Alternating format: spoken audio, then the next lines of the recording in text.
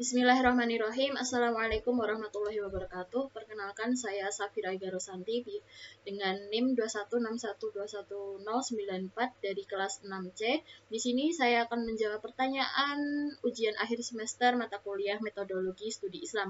Yang pertama yaitu perbedaan mengenai modernisme Islam, neomodernisme Islam, tradisionalisme dan juga post-tradisionalisme. Modernisme Islam muncul pada abad ke-19 dan 20 sebagai respon terhadap modernitas barat yang dibawa oleh kolonialisme dan juga globalisasi. Para pemikir modernis seperti Muhammad Abduh, kemudian Jamaluddin Al-Afghani, dan juga Rashid Ridho berusaha untuk merevitalisasi Islam dan membuatnya relevan dengan dunia modern. Mereka menekankan pada interpretasi rasional dan kritis terhadap teks-teks Islam, serta berusaha untuk mengintegrasikan Islam dengan nilai-nilai modern seperti demokrasi, kesetaraan gender, dan juga hak asasi manusia. Contoh dari modernisme Islam adalah yang pertama, pembentukan sistem pendidikan modern berbasis Islam, seperti Universitas Al-Azhar di Kairo, Mesir. Yang kedua, pengembangan fikih kontemporer untuk menjawab isu-isu modern seperti fikih medis dan juga fikih ekonomi. Yang ketiga, partisipasi aktif dalam politik dan demokrasi, seperti pembentukan partai politik Islam dan keterlibatan dalam gerakan reformasi. Penjelasan yang kedua adalah tentang neomodernisme Islam.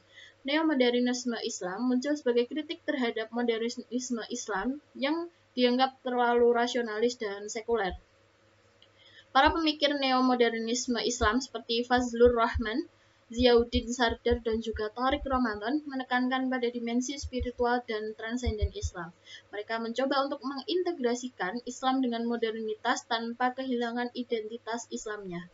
Neomodernisme Islam juga kritis terhadap modernitas Barat yang dianggap materialistik dan juga dehumanizing. Contoh dari neomodernisme Islam adalah yang pertama, pengembangan tasawuf dan spiritual Islam yang kontekstual, seperti gerakan sufisme kontemporer. Yang kedua adalah dialog antar agama dan budaya, seperti forum dan konferensi antar agama.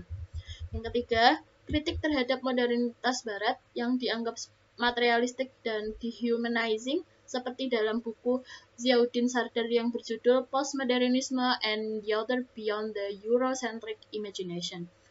Penjelasan ketiga terkait tradisionalisme. Tradisionalisme Islam berpegang teguh pada tradisi dan otoritas agama yang telah ada. Para pemikir tradisionalis Islam seperti Ibnu Taimiyah, kemudian Muhammad Ibnu Abdul Wahab, dan Maududi menolak modernitas Barat dan menganggapnya sebagai ancaman terhadap Islam. Mereka menekankan pada literalitas teks-teks Islam dan mengikuti mazhab fikih yang sudah mapan. Tradisionalisme Islam memiliki pengaruh kuat di negara-negara seperti Arab, Saudi, dan juga Pakistan.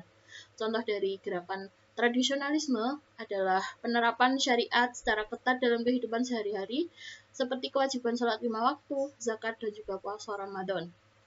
Yang selanjutnya, penolakan terhadap budaya barat seperti musik, tarian, dan juga fashion yang dianggap tidak sesuai dengan ajaran Islam. Yang ketiga, pembentukan negara Islam berdasarkan syariat Islam seperti di Arab Saudi, Afghanistan yang dibawahi oleh Taliban. Selanjutnya adalah penjelasan mengenai post-tradisionalisme. Post-tradisionalisme Islam muncul sebagai kritik terhadap tradisionalisme yang dianggap terlalu kaku dan juga statis. Para pemikir post-tradisionalis seperti Nasr Hamid Abu Zaid, Muhammad Arqaun, dan Asef Bayat mencoba untuk menginterpretasikan teks-teks Islam secara kontekstual dan historis. Mereka menghargai tradisi, tetapi juga terbuka terhadap perubahan dan juga pembaharuan.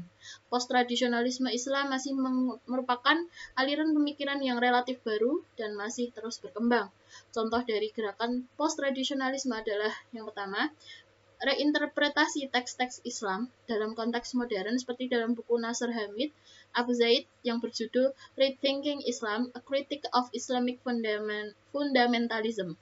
Yang kedua adalah pengembangan pemikiran fikih alternatif yang lebih inklusif dan egaliter, seperti dalam pemikiran Fatimah Mernisi dan Aminah Wadud. Kemudian yang ketiga adalah dialog kritis dengan tradisi dialog kritis dengan tradisi dan otoritas agama seperti dalam gerakan feminisme dalam Islam. Kesimpulannya adalah modernisme Islam, neomodernisme Islam, tradisionalisme, dan juga post-tradisionalisme adalah 4 aliran pemikiran Islam yang berbeda dengan kekuatan dan kelemahannya masing-masing. Keempat aliran pemikiran ini terus berkembang dan berdialog satu sama lain, dan tidak ada satu aliran pemikiran yang dapat diklaim sebagai representasi tunggal dari Islam.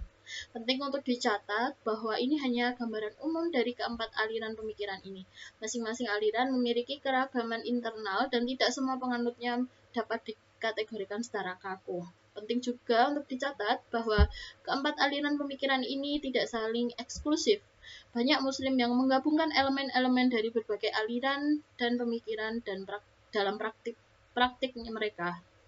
Sekian dari saya, kurang lebihnya mohon maaf. Wassalamualaikum warahmatullahi wabarakatuh.